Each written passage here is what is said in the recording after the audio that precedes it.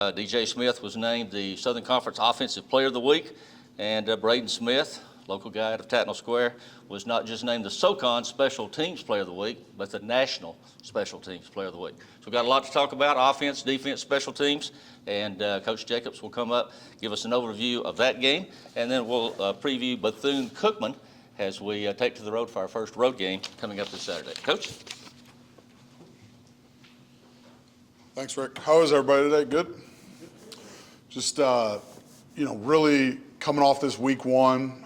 First of all, just, for my first experience at Five Star Stadium and one of the best FCS environments out there, couldn't be more excited about what our fans brought to it, even with the weather delay.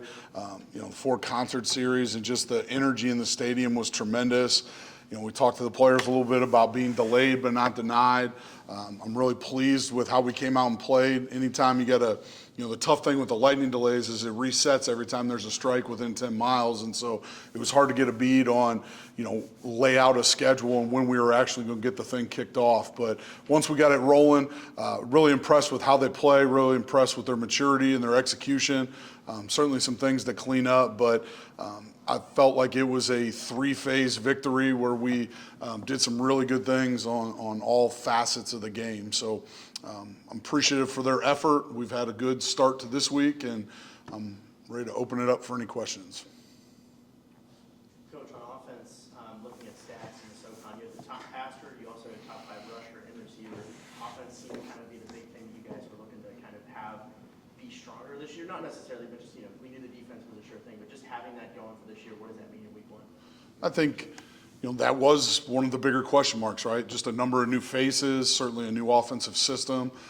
So to come out and see the things that we've been working on since really when we got here, with a number of those new pieces in place, as well as some consistent ones, some guys in expanded roles from maybe what they were in last year, was really good to get us starting. We try not to get too tied up in stats, right? Some of those are a little swayed by who their opponents were, but we're certainly proud of our players and how they executed on Thursday night. Coach, what have you seen on film from Bethune?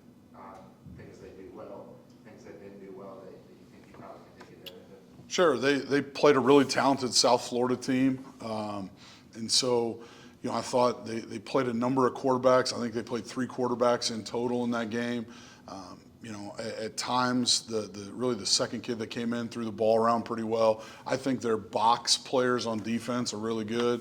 I think the defensive line and the linebacking core in particular can run around pretty well. And so we'll have a challenge this weekend. Coach, talk to me about just what you saw from Braden on the field and how amazing this honor is to have going into week 2. Sure. It's always tremendous for our players to be recognized not only in a tough conference like the SoCon, but certainly nationally. And I think, the things that we see flash in practice, the country kind of got to see. And that's that we have a guy that can really run and he can break a play and, kind of create one of those impact moments at any point. And to see him do it not just in the special teams game with a tremendous punt return, but also in the receiving room, just speaks to what we hope he can bring the rest of the season. Coach, talk about how important it was for DJ to come out there with such an impressive start. I mean, one of the best in program history. Again, just with a number of new faces and in a quarterback competition that we had this spring and this offseason, to see him execute at a high level. I mean, we put a fair amount on our quarterbacks. There's a fair amount that goes into the game plan and that we put on those guys, but to see him get us in the right situations, get us lined up to execute, really other than the one pick where he kind of short-armed it, I thought he did a really good job protecting the football.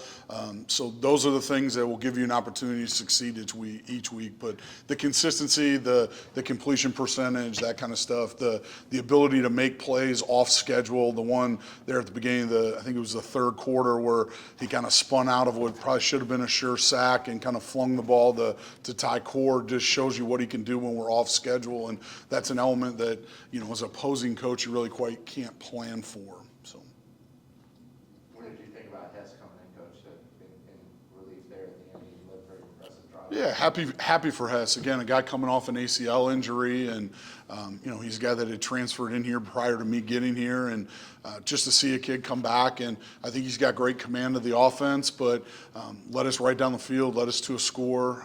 Again, similar comments to with DJ. He put us in the right position. He made the right reads. He got the ball out relatively quickly. So those are all things that lead toward him having some success on the field when he had an opportunity. Coach, what do you hope that this team learned from last week and will take into this upcoming game against Bethune? That complacency kills, right? Like, we certainly haven't arrived. There's a bunch of stuff that we need to work on. We beat a good football team, but we need to be prepared, right? The degree of difficulty raises each week, not only in our conference, but in our out-of-conference games, and we have to work like we haven't played a game yet. And I think that those guys understanding that when we do things the right way, when we execute at a high level, you see tremendous results. And so we just need to, hit repeat each day with that stuff. Coach, from the time you arrived, you made it clear your emphasis on the line of scrimmage, winning down in the trenches. How do you feel you did the first game last week?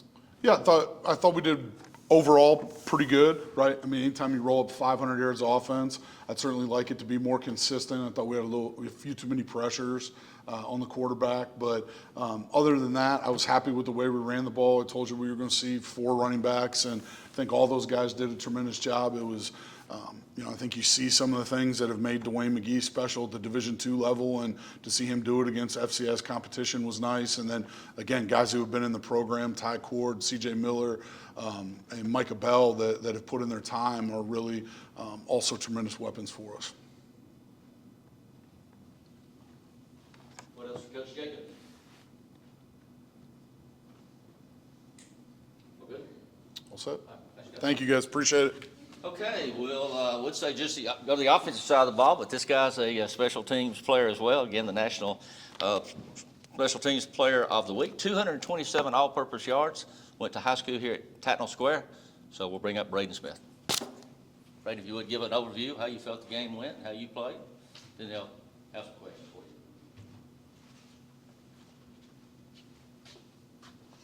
Hello. I thought that our team played great all around last game versus Presbyterian, but I feel like we definitely could improve and bring some things together to help us beat Bethune-Cookman too. So I think the obvious question here is, what does it feel like winning that honor for week 1, and what does that teach you going into week 2? Well, it felt great winning the National Special Teams Player of the Year, but it did feel better to beat Presbyterian and go out there and show that this team is just because we got a lot of new faces and we may have lost some players last year, we're still competing for the SoCon championship and, trying to make a run at the National. Braden, you're from Macon, as Rick mentioned, having that kind of game in front of your home crowd, your friends, family, whoever may have been there in the crowd, what was that going to be for you? It was amazing. My whole family was in the crowd, like you're saying, because, I'm a Macon native. They were able to all make it to the game. Even my grandparents that can't go to some away games due to their health, or she was actually able to be there, specifically my grandma, and it was great.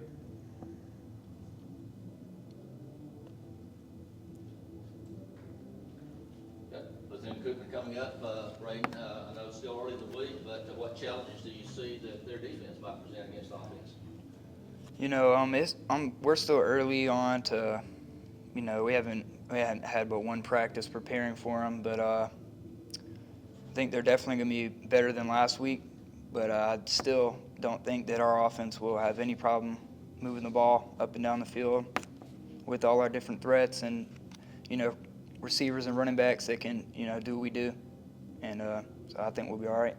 And then the challenge of playing on the road for the first time, how excited are you and the team to that? We're all excited, go down to Daytona and play.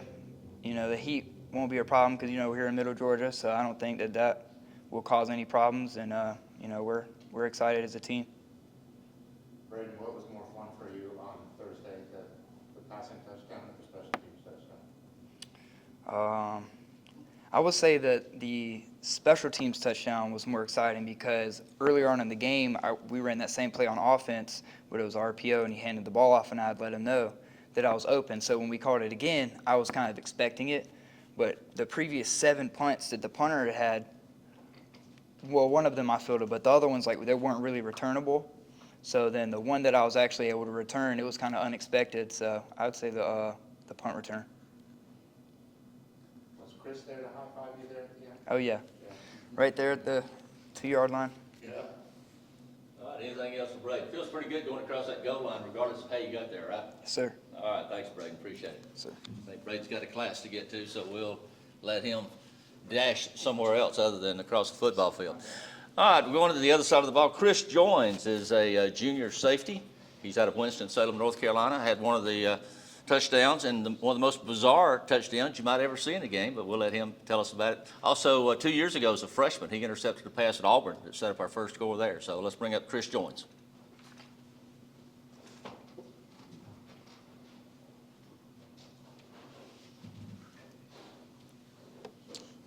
Hey, how y'all doing?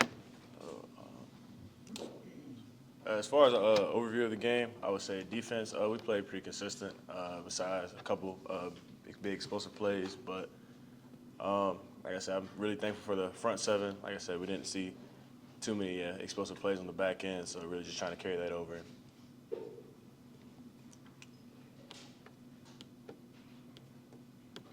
Chris, talk through the punt over the snap over the punter's head, what you saw. I mean, it looked like it kicked around a little bit, and then you found a way to jump on it in the end zone. Yeah, it was a scheduled return, and then I saw the ball went over the punter's head on a bad snap. So I think Carmelo O'Neal, I want to say he pressured the punter and kicking that ball up, and once I saw near the goal line, I tried to scoop and reach it in, and then look, I got in. When's the last time you scored a touchdown?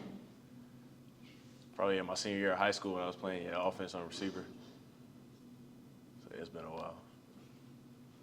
Chris, normally for a defense to function well together, they need to play well together on the field and off the field. The defense, are you guys, y'all pretty tight on and off the field? Yes, I'll definitely say we're tight off the field. Like I said, we have a lot of returning starters, so really led by the older guys. I would say like Kenneth Stanley, Isaac Dowling, Chris Hills, TJ Moore. So really just the old guys really showing us the way. And then, like I said, with us being together for so long, like I said, that's definitely brought us together, and just how many things we've seen both here and on the road. So a lot of experience, both with young guys and older guys. But like I said, I feel like the older guys definitely bring us together.